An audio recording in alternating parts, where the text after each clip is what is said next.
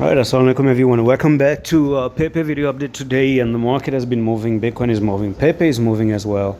And there's a technical target that I've been talking and preaching about for the past few days, but we were moving sideways. And now finally, we've actually popped down. And the first target that I've given you is this right here. You've nearly met the target. So if you have any trades opened up, congratulations. But main target is down to 5,700. We still have a long way to go. We're not done yet. We're looking for this move down here and move down here as well. Now, 3 days ago, I made such an extended update talking about the 4-hour time frame as well. And I told you that, all right, listen, a lot of people are telling me through the messages that, oh, but Pepe is coming down and we have a bullish divergence.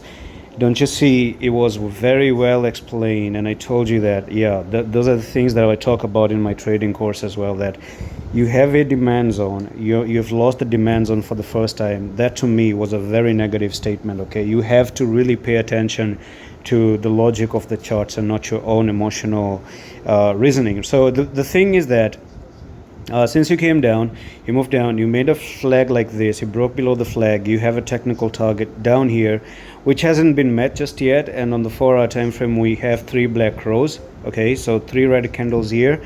Seems like a continuation to continue. You might actually end up doing something like this and then finally drop to the downside. Okay, just a waveform, 1 2 3 4 5. Now when you meet this target, I think you might move another sideways here, make another sideways movement, and from that time onwards, then we are looking probably for another move to the downside. From there, come here, move up, and then finally drop down to this technical target.